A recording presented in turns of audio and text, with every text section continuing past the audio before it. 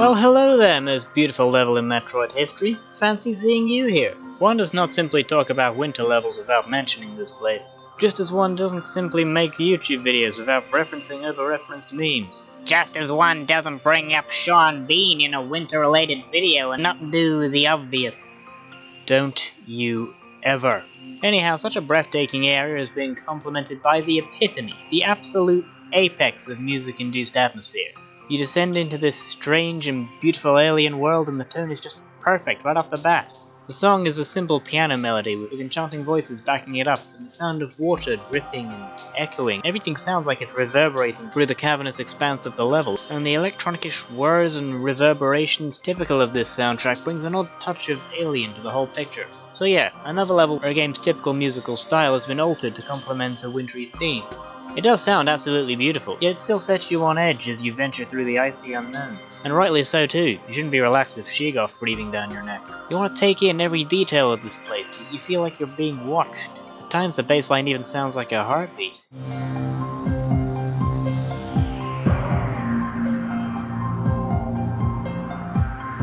So weird, it's both serene and unnerving, an entrancing sort of limbo between Winter Wonderland and mysterious hostile planet. So, yes, absolutely perfect for the level it's playing in. What were you expecting from the finest Metroid has to offer?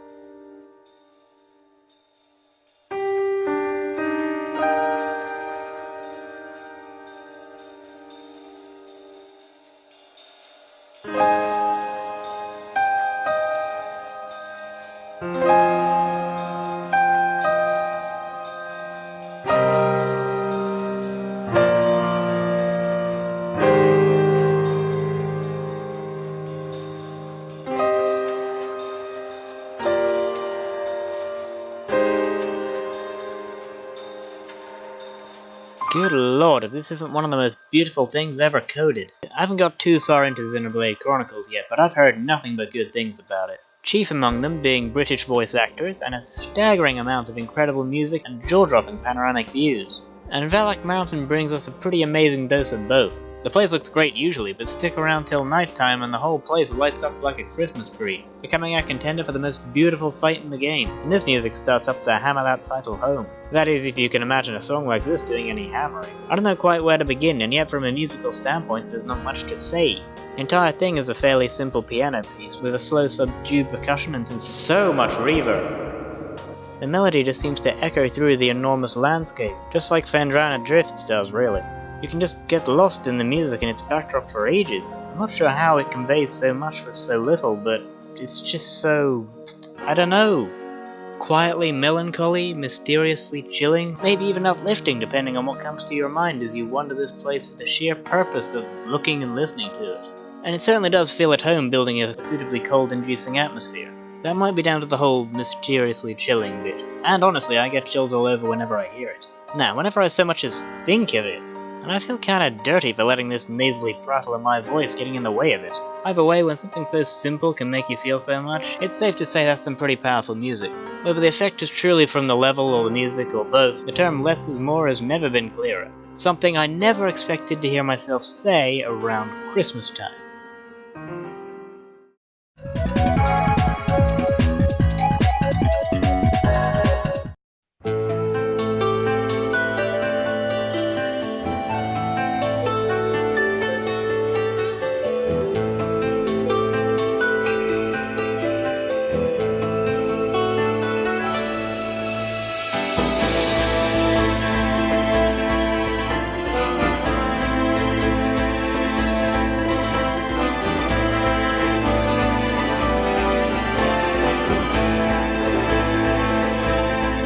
A game like Okami making an appearance here just made way too much sense to me.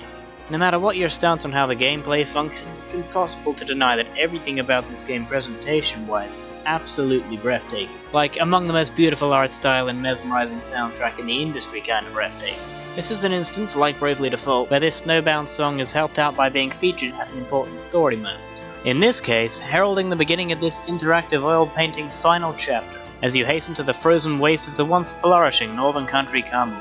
And kinda like Metroid Prime, I love it because it's just such a good blend. Atmospheric, yes, but as you'd expect, conspicuously Japanese-y. The percussion and flute-like thing might have something to do with that. And this piece still kinda sounds wintry, which could probably be put down to the strings in the background. But the thing you really can't ignore, of course, is those practically booming trumpets. I love how such an instrument, while playing around this time of year, would typically herald Christmas morning, joy to the world and all that, but here it sounds more like a call to war. That's where this music's full uniqueness shows itself. Unlike all others so far, this one's grand, this one's foreboding, this one is determined. It's proclaiming that this monumental game is coming to a close after all, and it just builds and builds as you march further and further towards your final showdown. I mean, just listen to that drum beat. Listen to it!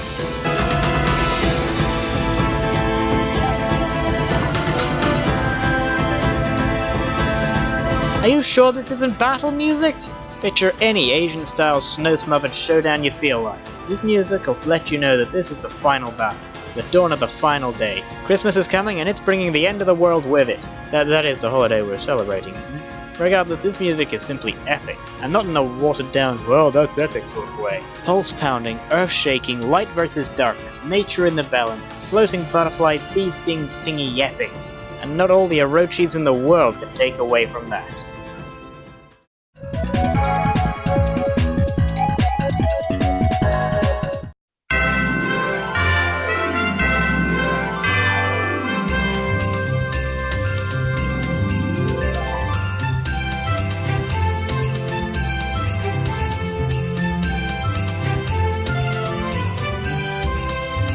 Now I remember what this is all about. For all the stuff we've seen this far, any semblance of Christmas kinda got sidelined for a bit. So it's a good thing we've got the wellspring of childlike happiness and creativity known as Kirby to straighten that out with one of the most aesthetically pleasing works of whimsy he's ever been attached to. There's no room for doubt when I say that Kirby's Epic Yarn is the best looking and best sounding Kirby game.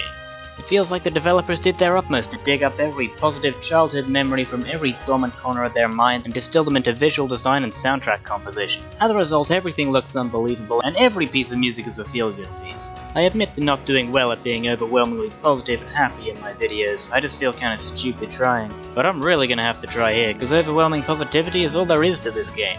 So when a game like that presents you with a level themed after most children's favorite holiday, it's about as good as you'd expect, honestly. This music just feels like Christmas, there's no two ways of putting it, really. Christmas and happiness, I guess, and fun and like festiveness and...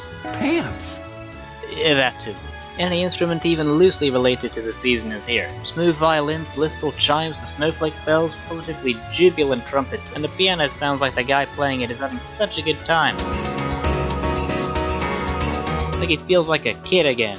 And when all these come together and the music begins to really build, there's even the sound of massive church bells ringing out with them, as if to proclaim it's Christmas morning to all the borderline hysterical kids of the world. I'm not exaggerating in the slightest when I say that as this music starts building, I get goosebumps. Not from the icy chill those other songs invoke, from anticipation, excitement maybe. As it builds, it sounds like something just wonderful is getting closer and closer. You can literally hear Christmas getting closer, and that small childlike fragment of this shriveled, cynical, utterly disturbed soul must have responded to it, because like everything else in this game, I'm totally into it. If you've experienced anything of Epic Yarn yourself, you'll know it's hard to keep your own happy childhood memories out of mind in some of its finest instances. I don't know, sledding, snowball fights, maybe just being really excited for Christmas Day, or happy that it snowed for once in Britain's drab existence. All of you must have some winter-related memories you still remember and look fondly on, providing you live where it can snow, of course. And I love this song in this game so much because that's what it invokes. You really can't quantify or rationalize something like that.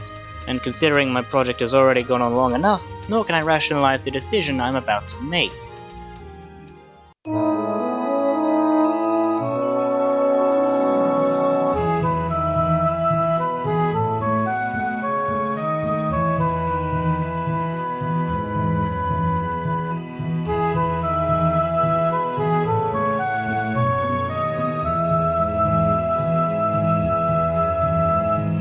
I promise not to make a habit of this, but this game's soundtrack gets to me so much that once again number 2 is a shared spot. The feeling of this one is told pretty straightforwardly by the title. Cozy Cabin. It's practically the auditory manifestation of comfort and warmth. And aside from both being about Christmas and sharing just about all their instruments, these two songs couldn't be any more different. Snowy Fields can get you looking forward to Christmas at any time of year, yet this one's fit to lull you to sleep. Everything is subdued, relaxed, and soothing. It really succeeded in portraying its namesake. You know, the whole romanticized log cabin, bitter cold outside, chestnuts roasting on an open fire stuff rarely seen outside of song lyrics and those idyllic holiday greeting cards. But hey, it's Kirby and it's Christmas, so I'm willing to suspend my disbelief and let this song make me happy. I mean, what's Epic Yarn for, anyway? And like Snowy Fields, who's to say you don't have memories that work to a similar effect? Time just spent enjoying the company of family or other people important to you. The stuff you hopefully gain a better appreciation for with age, even when the Snowy Field-esque excitement of a child dies down. It's stuff like that being conveyed to me. Different yet equally valuable as the Snowy Field stuff. It's like the yin and yang of the entire holiday. How do you put one before the other? You can't and you don't. It's not all whimsy and personal anecdotes in this song's defense, to be sure. There's genuinely excellent composition on its side too. I don't know why, but something about it feels like it'd be at home in a Miyazaki-ish soundtrack. I'd play this song over a heartwarming Studio Ghibli scene to make a point, but that's a surefire way to get this channel in serious trouble. Yeesh, welcome back to the real world. Did it hurt much on re-entry? Yeah. And as it happens, such a diversity of quietly harmonized strings inescapably brings my thinking to a certain other song featured earlier. So imagine my surprise when I find that this and another game whose music and presentation I devoutly idolized, and also took a shared spot on that other holiday project I did, were developed by the same company and composer.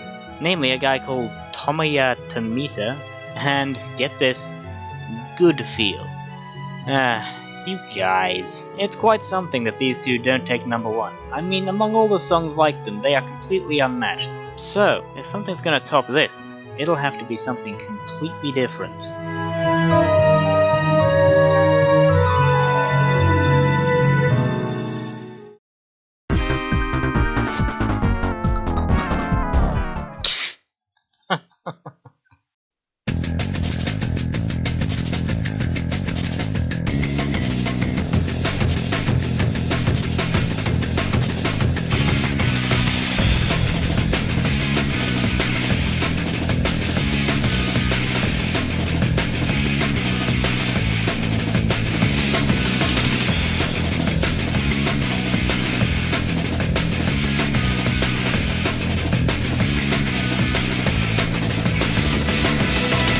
Yeah, you can always count on Sonic for incredible music. Load it up now, Sonic fans, that's the highest praise I'm likely to give the franchise for a long time. Barring that it's good for a laugh, of course. But not even I can laugh off how incredible Sonic Unleashed's soundtrack is, and that's precisely where we find the holiday's number 1 hit, Holoscope. Once more I find myself struggling to rationalize my decision here. It's number 1 for the simple reason that I like it so much more than all the others. Though I suppose from a purely technical viewpoint it's still pretty impressive. For starters, let me ask you something. What's the first thing you think of when you think Sonic music?